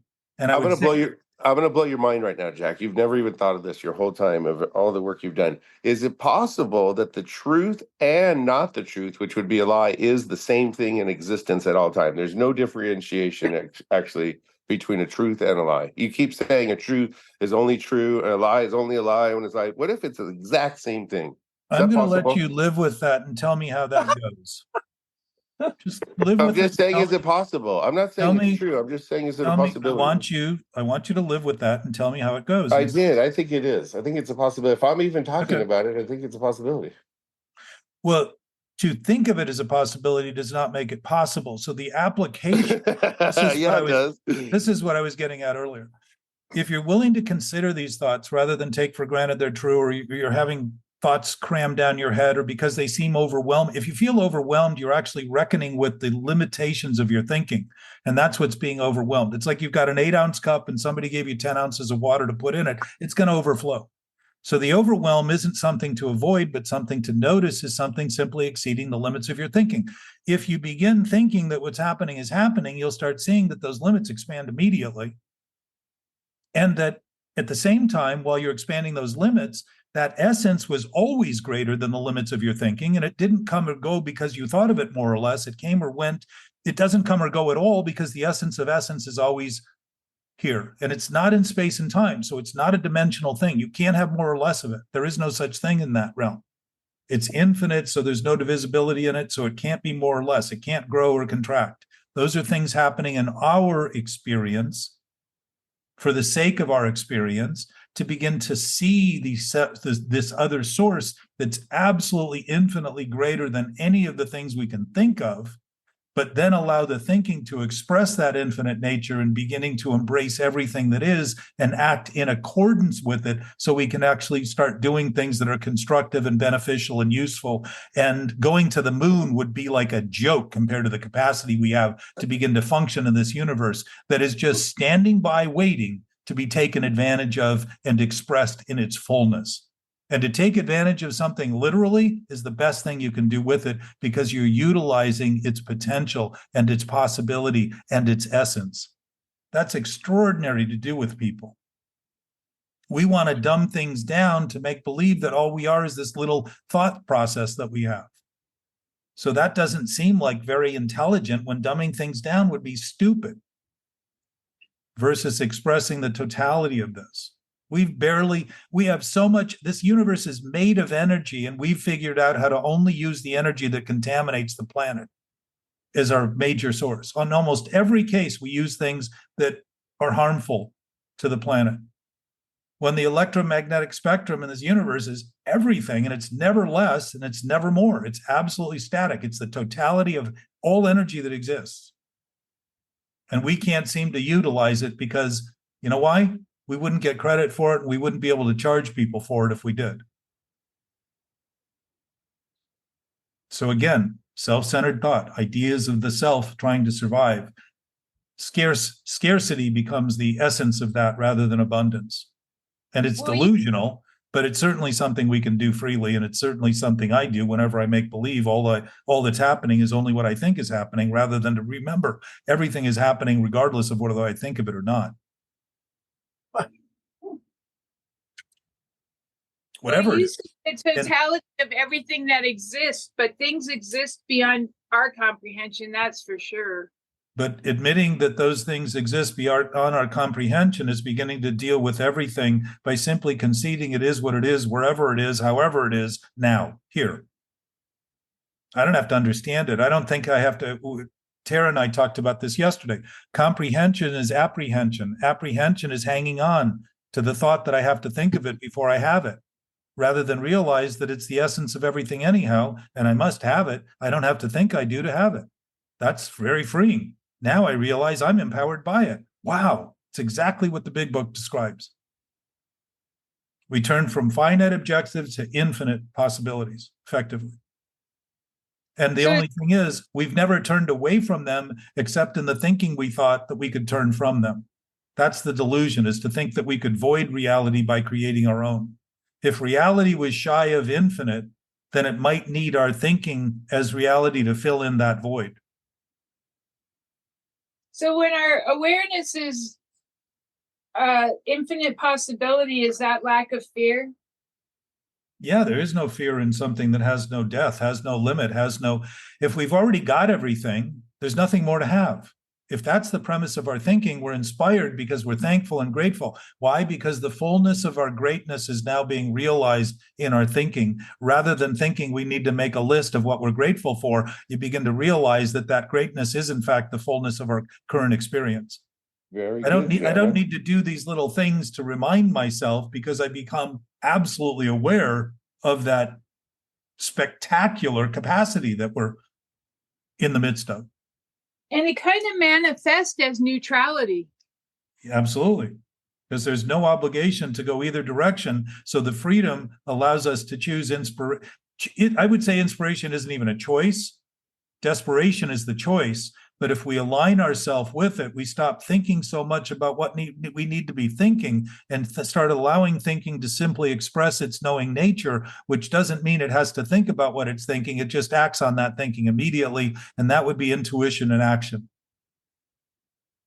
We would be looking back and saying, I never would have thought to do that, but it would already be done, to Jackie's point about trying versus doing.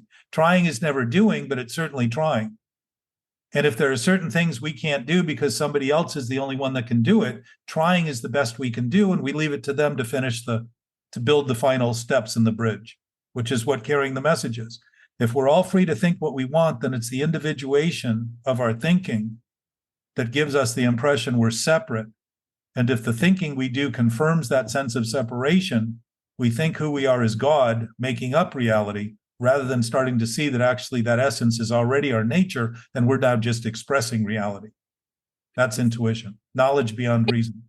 I think that in the state of neutrality, which I feel is awareness, there's a freedom in not, there's a lack of judgment, and there's a freedom in not having an opinion, because people, when opinions differ, like say somebody thinks something at a meeting, wherever, whatever, and then you go like, oh, that poor person, and you have empathy for them, which we already discussed earlier is really just enabling. But to me, the freedom of neutrality is the highest and best order, because I don't even have to defend it inside my own head. I don't have the committee saying, oh, well, she thinks this, but someday she'll get there. For me, the neutrality is such a huge freedom, because I don't have to debate any of it anymore. I can just be. Well, the beautiful thing is you always have been, and you never had to debate it. And seeing it that way, you'll start saying, what the fuck was I thinking? It's like eating popcorn in Hawaii. And seeing that better calls into question the choices you have now to continue, because this is the difference. This isn't about stopping thinking. It's about noticing that when we chronically restart the same thinking, we're hoping someday that promise of those lies will come true, when in fact the promise of a lie is failure. Never realizing what we are promised. That's the broken promise. Spoiler alert. Spoiler alert. The promise is to be able to be here now and not hold my breath until, say, Mr. Wonderful shows up, or until, whatever it is that my committee might be creating for me. The neutrality allows me to feel all that there is right now. Like, I'm not waiting for this to be over for my next thing to happen. Like, I'm here right now, and I feel you're part of it all right now, and you know it. And I would suggest, Jana, again, that it's always been that way. You're just becoming aware of it. So as a result, you're becoming profoundly able to talk about it in ways that address it, rather than in ways that try to confirm you didn't have anything to do with it and don't know it.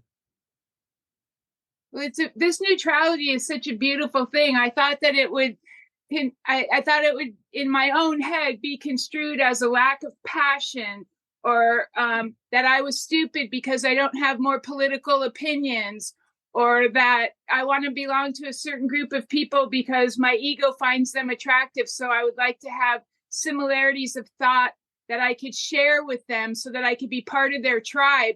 And this just strips all that away. And keep in mind, to think of it as stripped away is to think of it as having been there, when in fact all it was a maintenance and an insistence of resisting reality as a possibility, which was insane, that had that opinion persist. So it really wasn't ever there, and it isn't ever here. It's only what we're doing with thinking that gives us that impression. And ultimately, if we make an impression if an impression is chronically repeated, it becomes depressing, because it constantly is just bearing down us, the weight of that resistance and that pressure, which really undermines our body's ability to heal naturally. So we become accepting of disease as normal, which it isn't, and healing is unnatural or a miracle when it isn't. So it's starting to break the bounds, is seeing things in absolute terms. And to your point about empathy, it isn't to suggest that we can't have empathy. But when we use empathy in a way that helps contribute to the delinquency of the thought of another person, now we're not being empathetic and caring at all. We're actually being demonic and enabling them to get worse. And what's interesting is, in that, we think very often that we're better off because we're not as bad off as someone else. And that is a pretty sick way to think of humanity as living. Think of that. That's so diabolical. And people say, well, there, but for the grace of God go I. Think of that. It's like God's grace is limited to me today because I happen to be thinking it's here, when in fact, for those people who apparently didn't have it, they got screwed. That is not thinking indivisibly. It's thinking in divisible terms about something indivisible. So our conversation is a chance to begin to take for the 166 hours of this week that last until we meet again. And I don't know that I can meet next week because I'm going to be back up in San Francisco, but I'll figure that out and let everybody know. If we can consider things like your consideration, Anthony, and your questions, just live with the questions and start to also realize, Jana, you were talking about you were talking about something that was a condition of something. The thing about neutrality is that it's unconditional, like love. The idea that love is unconditional is the idea that love can be conditioned, and it can't. Love conditioned is an agreement we make, and that amounts to bondage of some sort if someone doesn't want to continue to agree to it. So that tends to be what we struggle with in relationships that we call loving, when in fact they're not at all. It's a hostage-taking effort. And the ransom is, how much am I going to martyr myself on behalf of the other person, thinking I'm helping when I'm actually helping them get worse and wondering why they end up hating me? Or how much is it going to cost you? Because when people start thinking differently than you and you're married to them, sometimes you end up in court for 3 years and it costs you $1 million. So you said something about the absolute, but the fact is the absolute has no doubt in it to overcome. It has no fear in it to overcome. It has no uncertainty in it to overcome because it has no risk of not being. Because I said the thing about innocence, and you said there is no innocence in the absolute. Right. Because there is no guilt. Yes. It's just No, an I wrote absolute that state down. of being. Awesome. But there's another word you used a couple of minutes ago that I missed it'll probably come back to me as soon as we disconnect, but I'm blocking it right now. But the point is that in the absolute, there are none of the relative things. And yet when you start seeing the relative things as part of the whole, you start seeing how they can interact and how we can use them to interact dysfunctionally by thinking one excludes the other rather than one confirms the other. And unity, the universe suggests a single verse, one song, one hymn. That's what the universe is, harmony. And yet, I suspect in the absolute sense, there isn't one and there isn't none. There's just an absolute state of being that doesn't add up in mathematics. When mathematics starts approaching the infinite, the numbers start to fall apart. Literally. So my sense is that this mathematics is the universal language in this universe, but apparently it isn't within an infinite realm that makes this universe simply a thought, imagined to be, and we are in it, affecting it largely by what we think, since thinking precedes every voluntary action we take.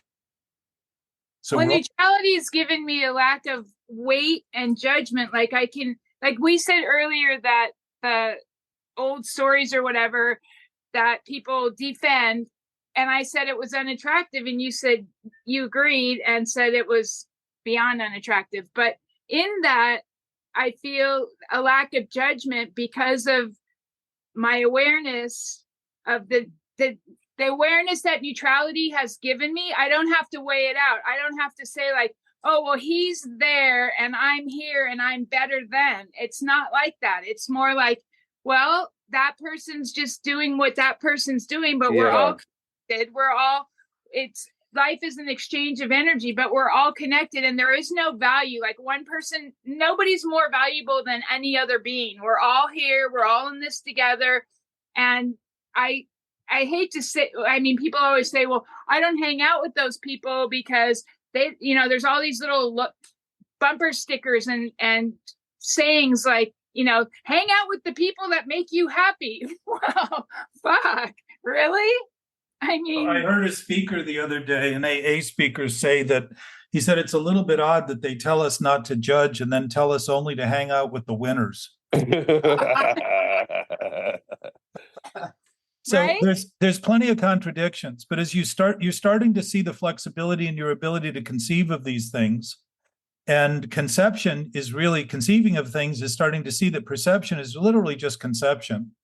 It's just a culmination of thought that seems to make sense. And when we're applying our thinking to to be functional and to be useful.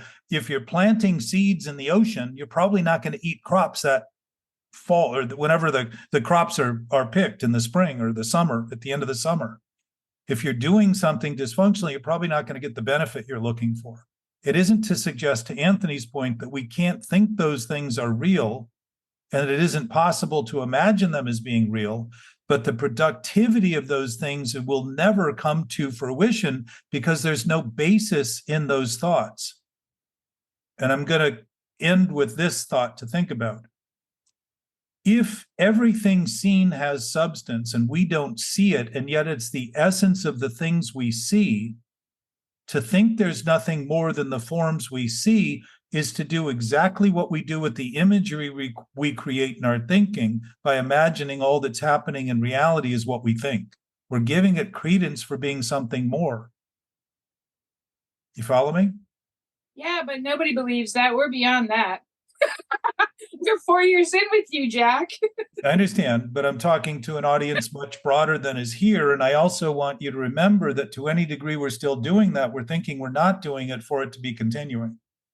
So to begin to see that is interesting, but I'm going to make another point. Think of the two words understanding and substance. They're referring to something beneath our feet. None of us seem to worry about gravity holding us to the earth on a daily basis. We don't have any doubt about it. We don't think about it. So the things that are most assured, we never think about, but the thinking that is least assured, we worry about and have doubt about and uncertainty about and instability about. We're causing it, we're creating it. The stability of our essence is not at risk. So it has no potential to change because it's simple. It's so simple as to never change.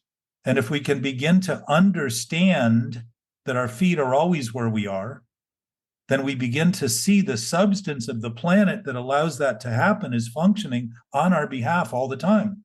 We might wake up in the morning and wonder about the day and worry about the day, but we don't wonder whether our feet are actually going to be able to touch the ground when we get up. Speak for yourself, Jack. Think, yeah, my bed's very high. But think of how the most obvious things can be thought of as oblivious. And the most oblivious things can be thought of as reality. Oh, that shares a similar word. That's funny. Those are things we are free to do. It doesn't mean the consequences will give us an impression of freedom. To feel condemned by the freedom we have is to start to see the thinking we're doing about the things we're thinking about is contemptful because we're claiming it to be something that's real rather than simply seeing I'm thinking about things. That's one way I see them. And I'm also understanding that things are doing what things are doing regardless of what I think. And I'm starting to bridge the two rather than try to divide the two, to Jenna's point about neutrality. And the neutrality of choosing is seeing choice for what it is, which is the chance not to re-choose. If I'm restarting the same thing over and over again, but thinking I have to fix the effect, I'm denying the cause of the source. So I'm making believe there's nothing I can do about it because I keep trying to get better and feel better about it when I'm not getting better at the feeling I'm having by saying this feeling I have that feels bad is actually giving me an image of the thinking I'm doing that's bad. It's sourced in my thoughts, not in reality, just a thought I'm having. Okay, so we're always the cause, right? What's that? We're always the cause. Well, we're not the cause of an absolute state of being, but there is no, I wouldn't say there's any cause or effect in it because it's the sum total of both immediately all the time without any divisiveness. Something infinite is never less than that, so it can't be one or the other. So it's really the seamlessness of it is really revealed in the infinite.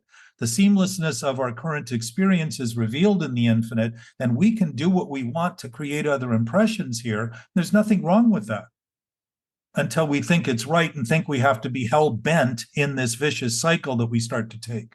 If you think of the word hell-bent, it's bending back on itself. Constantly repeating itself, thinking somehow it's going to be new someday and different someday, when all we do is change the faces and the times and places, but the essence of the thought isn't even reoccurring It's just being it's reoccurring in the sense that we keep restarting it. But there isn't anything there to restart, but the idea there's something there to restart. There's nothing to let go of, but the idea there's something to let go of. And the immediacy of the present and the freedom becomes obvious, because the question is, why would I continue? I had somebody with me this morning that had coffee, and he said, it's too simple. I'd have to be insane to be doing that. And I said, bingo. That's right. Well, that's what I said to you when I called you. So the only thing that blocks my awareness, which I feel is my neutrality, is is nothing. fear. And then if I break down my No. fear, the No. only thing to fear is that everything isn't going to go exactly my way. You know what I mean? Because the reason you're afraid it won't go your way is because you think your thoughts are true. And what you originally thought was the thought's promise, you think is the only thing that should be realized. Again, you're going back into thinking. And it isn't fear that blocks it. It's only fear within the context of fear that feels like it blocks it to support the contention that it's real. It isn't. Remember in The Wizard of Oz when whoever it was, Dorothy, finally got behind the curtain? And there was sort of like a neurotic old man just flicking kind of like me flicking the switches. He was just creating imagery and just sort of creating a dance, an illusion. There are these stories, when you start seeing that, you're going to see the mythology and the superstition and the fairy tales have been talking about this forever. Not quite forever, but for as long as these stories have been told. Tara, thank you for joining us. I've really appreciated our conversations. If you haven't listened to the conversation that Tara and I had on Friday, it went about 2.5 hours. I think we scheduled it for 2, but got lost in the luster of my luxuriating in the words and the expansive capacity I have to continue to talk and speak about it. But I probably turn inspiration into a little bit of monotony, but I'm doing my best to pare this down and look at it more accurately so we can discuss the principles, and then let everybody else consider those and start to wrap their own thinking around it in whatever way they choose, to start to see if there isn't some present state of assurance that becomes more obvious than the conflicted nature of our seemingly obsessive thinking. You are welcome. Thank you for inviting me. I'm glad to be here. And I have a list of questions for our next conversation. Good. So I'm looking forward to it. Which What are some of them right now? What's your best question? We're going to do that at 8:30 next Friday. My best question, which we're not going to have Jack answer because we'll be here until dinner. But my best question is, you talk about our language and the irony of our language a lot, our English language. And so my question is, two-part question, why do you think our secrets or the irony of our language, why do you think they're all there right in front of us? Somebody created this language, right? Humans created this language, but there's the oblivious, obvious, hell-bent, or just the last couple ones you've thrown out. And then the second part of that question is, do you think it's exclusive to the English language, or do you think these secrets, I'm calling them secrets, ironies, are across other languages as well? Oh, that's a great question. Yeah. Okay, we'll get into that. And I would suggest too, in the meantime, the short version is our body language. Our body language is probably the same universally. Language we've developed have been built around cultures individually, again, to reinforce this idea that we're apart. And if we're not able to listen to the body language, we think it's a foreign language and we don't understand it. So we think what we need to do is run from it, which is a compulsion, escape it, rather than thank it for the clarity of its discomfort or whatever it's giving us, to begin to reveal actually the weakness in our thinking. So we have this perfect, and that I would say is consistent throughout humanity. And that's something I think, again, we can talk about, and it kind of reinforces the unity of our experience, that we do have this body language that's telling us when we're nervous that there's something to be nervous about in our thinking.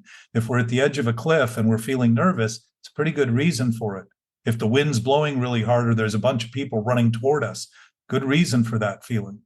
So we mistake reason by thinking being unreasonable and consumed with irrational thoughts will somehow make them reasonable. That's crazy. So we'll talk about this further though. And I may have to push a little bit on the 8:30 on Friday, I'll mention, because If you want to take this week off, we can take this week off and pick up the following week. no, I want to have the conversation if we can, but it may be 9:00 because I got to drop my granddaughter off at school. So I'll let you know. Lindsay said to tell everybody hi. I talked to her and she wasn't going to make this meeting, but she's coming to next meeting. And I said, we're not having one. And she said, Jack said that we are having one. I told her last night we might not, but I'll let everybody know. I'll either send an email or I won't. Oh, okay. Love you guys. Thanks, Anthony, Thanks, Jack. very much. Thanks, everybody. Jackie, good to see you. I'll see you tomorrow. Thanks, Tara. Love you guys. Bye. Bye. Love you guys. See you tomorrow. Thanks, Jack. Thank you, Anthony. Hey, are we still recording?